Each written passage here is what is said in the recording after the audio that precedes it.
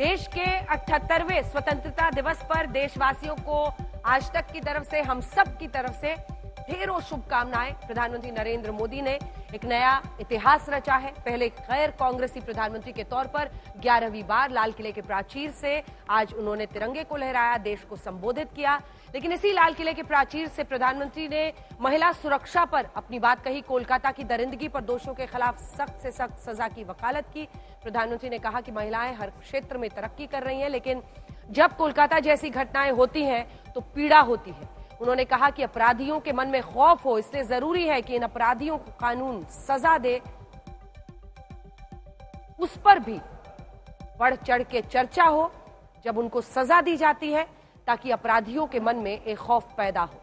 लेकिन सवाल यही है कि महिलाओं के खिलाफ अपराध के मामलों में कन्विक्शन कितना होता है, सजा कितनों को पुलिस या जांच एजेंसियां दिला पाती है। पाप करने वालों के मन में डर पैदा करना जरूरी है। जब दोषियों को सजा हो तब भी उस पर बढ़ चढ़कर चर्चा होनी चाहिए। इस बात पर लाल किले के प्राचीर से प्रधानमंत्री नरेंद्र मोदी ने चर्चा की, कोलकाता की घटना का जिक्र भी किया। आइए आपको सुनाते हैं पीएम ने मंच से कोलकाता की घटना पर क्या कहा। आज हमारे रक्षा क्षेत्र में देखिए, हमारा एयरफोर्स हो, हमारी आर्मी हो, हमारी नेवी हो, हमारा स्पेस सेक्टर हो, आज हमारी महिलाओं का हम दमखम देख रहे हैं देश के लिए। लेकिन दूसरी तरफ कुछ चिंता की बातें भी आती है, और मैं आज लाल किले से फिर बार एक अपनी पीड़ा व्यक्त करना चाहता हूं। एक समाज के नाते हमें गंभीरता से सोचना होगा कि हमारी माताओं, बहनों, बेटियों के प्रति जो अत्याचार हो रहे हैं, उसके प्रति देश का आक्रोश है, जन सामान्य का आक्रोश है। इस आक्रोश को मैं महसूस कर रहा हूं।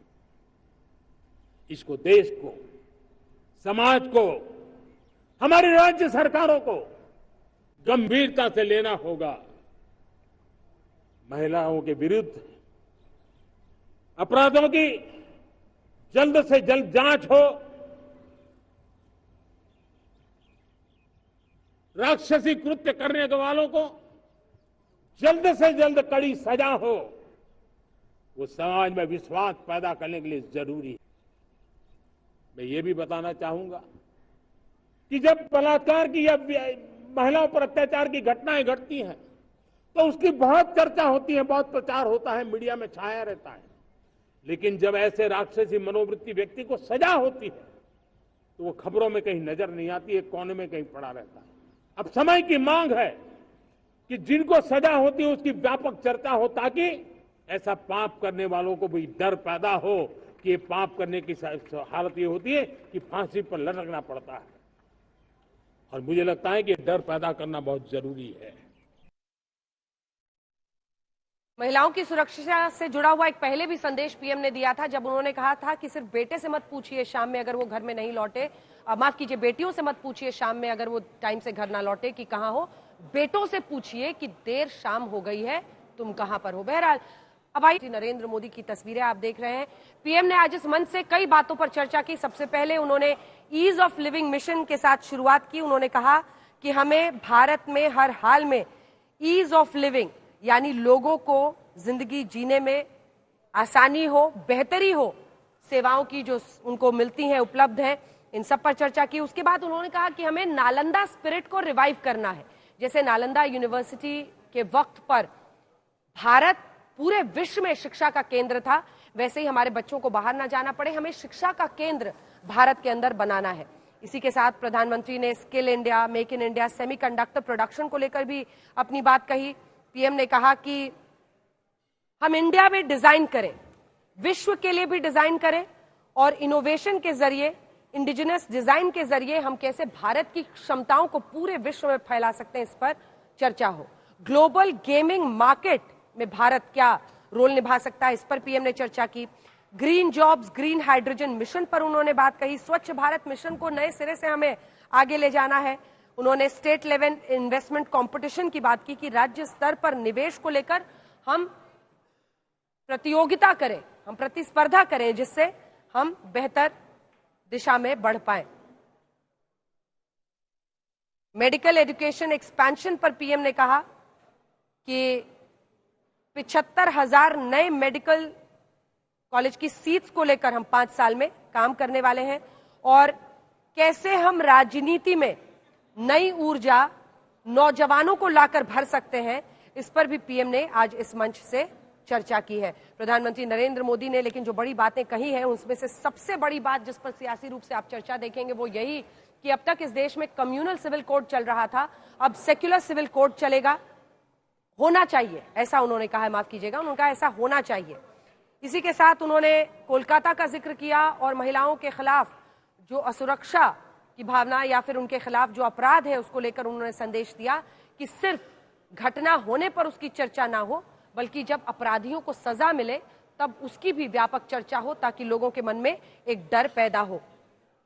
क्राइम अगेंस्ट विमेन पर उन्होंने कहा और एक संदेश ये भी दिया कि वन नेशन वन इलेक्शन की तरफ देश को सोचना चाहिए क्योंकि कभी ना कभी कोई ना कोई चुनाव देश के किसी कोने में चल रहा होता है, देश एक दिशा में बढ़े। लेकिन अब आइए आपको सुना देते हैं जब उन्होंने सेक्युलर सिविल कोड देश में होना चाहिए कहा था तो किन शब्दों में ये बात रखी थी।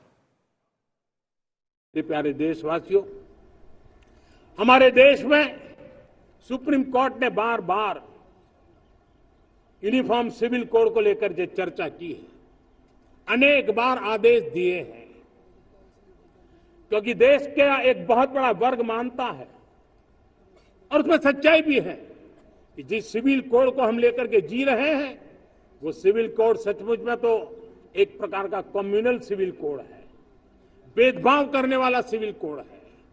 ऐसे सिविल कोड से जब संविधान के 75 वर्ष मना रहे हैं और संविधान की भावना भी जो हमें कहती है करने के लिए, देश की सुप्रीम कोर्ट भी हमें कहती है करने के लिए, और तब जो संविधान निर्माताओं का सपना था उस सपने को पूरा करना हम सबका दायित्व है। और मैं मानता हूं इस गंभीर विषय पर देश में चर्चा हो, व्यापक चर्चा हो, हर कोई अपने विचारों को लेकर के आए और उन कानूनों को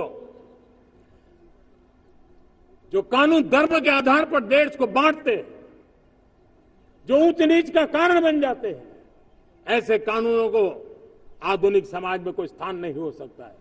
और इसलिए मैं तो कहूंगा अब समय की मांग है कि देश में एक सेकुलर सिविल कोड हो।